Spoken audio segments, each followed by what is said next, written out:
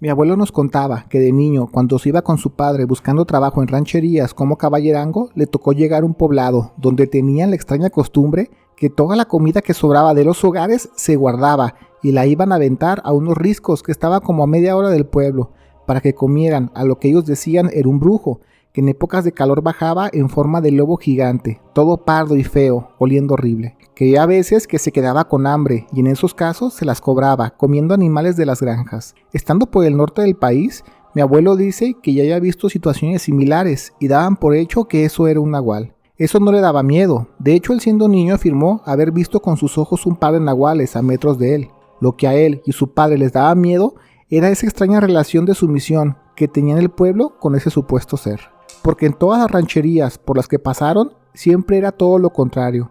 Se defendían con lo que tenían, porque relacionaban a los nahuales con los brujos, por ende eran gente que tenía pacto con el diablo, y la única forma de tener una relación con esos seres era dándoles cristiana sepultura. Cuando se instalaron en el pueblo, el papá de mi abuelo empezó a ofrecer sus servicios de caballerango, y le fue fácil encontrar trabajo en ese lugar, porque aparte de ser bueno con los animales de granja, le sabía mucho la salud de los caballos, y al ser un pueblo con varias caballerizas, hasta se llegó a pensar en hacer vida allí. Ya tenía 3 semanas viviendo allí, cuando una tarde-noche, un chancho se escapó de su corral y estaba como loco por los senderos. El pobre señor y la esposa trataron de agarrarlo, pero no podían con semejante animal de casi 130 kilos, así que el papá de mi abuelo se acometió en ayudarlos. Se sube a uno de los caballos y persiguió al animal hasta lazarlo, y cuando al fin lo agarraron, la pareja de señores le agradecieron y dijeron que lo iban a asar en carnitas, para que mañana fuera por unas por ayudarlos a poder agarrarlo. Él les preguntó que cuál era la ocasión de asar al chancho, porque hasta donde sabía, no se escuchaba que hubiera alguna boda cerca o un cumpleaños, y la señora dijo que no lo quiere para eso, que ellos frían al chancho cada año para dárselo al lobo. Que hace como 20 años, en las primeras veces que se vio el animal de los riscos haciendo de las suyas en los corrales, ellos días antes habían tenido la boda de uno de sus hijos y que les había sobrado mucha manteca, y allí estuvieron friendo la comida como carne de venado y puerco. Fue esa noche que se escuchó un alboroto en su corral, y cuando salió el señor con escopeta en mano, logró ver a ese mentado animal, y así es como lo pintan. El señor se quedó congelado y no pudo disparar por el miedo, pero mira si Dios es grande y sabe cómo acomodar las cosas, porque el animal se acercó y le pasó de largo ignorando por completo, y quizás fue el olor, pero se fue directo a la casa y metió tremendo hocico a la cocina, donde estaba un cazo con manteca de puerco hirviendo, y así empezó a comerse la carne. No se quemó al parecer, pero sí dejaba el olor a pelo quemado en el cazo. Vació el cazo y se fue de allí.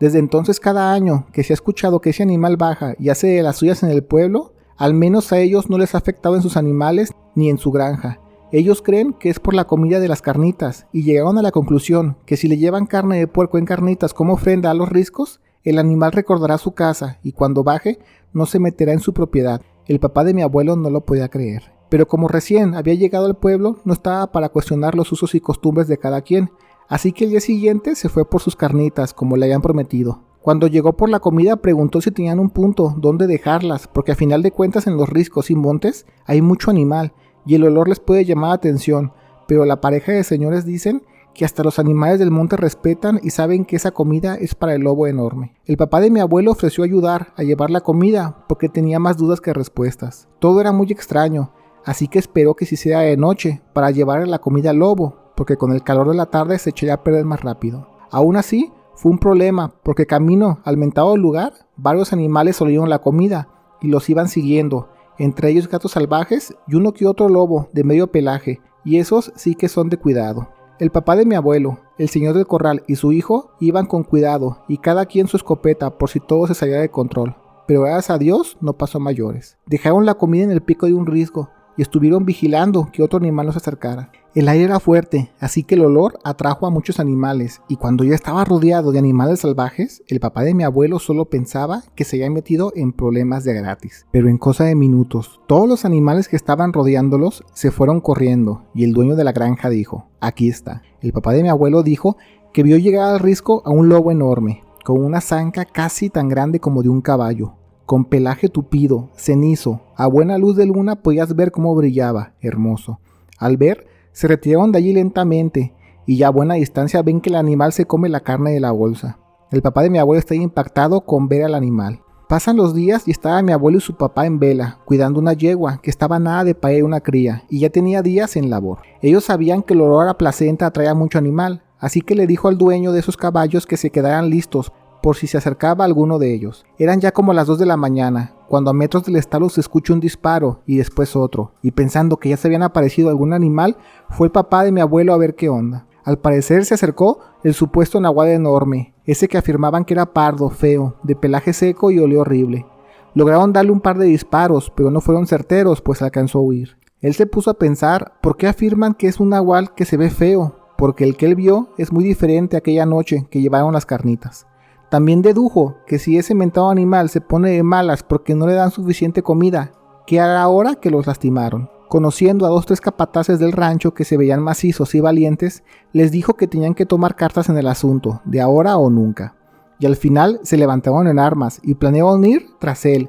Pero aquí entró un dilema, porque había familias que querían llevar la fiesta en paz, como por ejemplo la que le daba carnitas al nahual, pero había otras que ya estaban hartos que lastimaran a sus animales de corral y querían acabar de esto de una buena vez. Mi abuelo dice que su papá siempre fue un chingonazo y que al ver el problema en el pueblo, él, sin que nadie supiera, se fue solo al risco a buscar al nahual. No iba en plan de cazarlo, pero si no había de otro lo haría. Y cuando estaba llegando, vio allá, a lo lejos en la loma, a un señor comiendo un mezquite en una piedra. Él sabía que era el nahual, y le dio gusto que estuviera en forma humana, para así poder hablar, y encomendándose a Dios, se armó de valor y se arrimó. Le contó su historia, y cómo llegó a este pueblo, y le quiere decir que si la gente se desvive en traerle comida, y a veces comida cae rica como las carnitas de aquella vez, aún así lastima a los animales de granja. No es un trato justo, y se lo dice porque la gente ya se está cansando y no tardan en levantarse en armas. El señor del mezquite le dice que lo acompañe, y se van al monte adentro, y estando arriba de una loma, ven un lobo enorme. Ese sí era feo y pardo, como decían. El señor dice que ese animal de allá es su hermano, es nahual, y no es malo. Es solo que hace unos años, por estar de revoltoso, persiguiendo unos forajidos, le dieron un disparo en la cabeza, y desde entonces no quedó bien. Él no es malo, es solo que no entiende razones, y ya no sabe cómo regresar a su estado humano, y es por eso que a veces se le escapa, y baja al pueblo y hace su cochinero, con los pobres animales de los corrales. Él no puede cuidarlo siempre, y sabe que es cuestión de tiempo que esto se salga de control, como el día de ayer que le dieron 2 disparos. El papá de mi abuelo le preguntó, que si él es su hermano, eso quiere decir que él es nahual también. Seguramente es el que alimentaron con carnitas hace días. Y el señor, riendo, sin dejar de mascar su mezquite, le dice que está en lo correcto y que agradece que hagan eso cada año. En verdad le gustan mucho las carnitas. Platicaron largo y tendido esa noche y le contó mucho sobre ellos, sobre los nahuales. Al final, el señor dijo que están esperando que un nahual de la región fallezca, para así poder ayudar a su hermano a convertirse en humano, y ya sin la fuerza enorme de su animal, poder cuidarlo y evitar que se meta en problemas. Cuando le preguntó por qué necesita que fallezca otro nahual, dijo que de esa manera todos se vuelven humanos por una luna, como una forma de duelo. Son cosas que él no puede explicarle, pero así siendo humano su hermano no sabrá convertirse en nahual y todo será más fácil. El papá de mi abuelo dijo que quizás tiempo es algo que no tiene. La gente del pueblo ya está muy caliente en levantarse en armas, y el señor le dijo que está consciente de ello, pero que tiene un plan, y quizás sea el destino que él haya llegado a buscarlo, pero si lo ayuda a completar el plan, todos habrán ganado. Cuando le preguntó cuál era el plan, el señor le dijo, no esperemos a que fallezca un nahual, vayamos a cazar uno, que él tiene la mira a uno que tiene años atormentando a todo un pueblo, y no lo hace para sobrevivir como todos los demás, él lo hace por pura maldad, y cree que es un trato justo. El señor le preguntó que si contaba con él para semejante odisea, y el papá de mi abuelo dijo que él estaba dentro, pero necesitaba decirle algo, que nadie en la vida le ha jugado chueco, porque es alguien derecho y la gente lo sabe, pero si alguien lo hiciera, no tiene miedo en cobrárselas, así sea una persona, un hacendado, y en este caso hasta un nahual. El señor dejó de mascar su mezquite, y le ofreció su mano y le dijo que la palabra es lo más importante de un hombre, y tiene la suya, y ahora juntos estaban planeando cómo cazar a ese mentado nahual. México tiene las mejores historias paranormales, eso ya nos quedó claro, pero también tenemos las mejores historias de fiesta, y aquí también se las contaremos. Sigue nuestra nueva cuenta, México Embriagable, y escucha las mejores historias de la peda, como solo los mexicanos sabemos hacerla. Ya hay videos en la cuenta, allá te vemos. Gracias por ver el video. Te recordamos que todos los días subimos nuevas historias, así que activa las notificaciones. No olvides darle like y comparte, pero sobre todo comenta. Queremos saber qué es lo que la comunidad de México Inexplicable tiene para decir.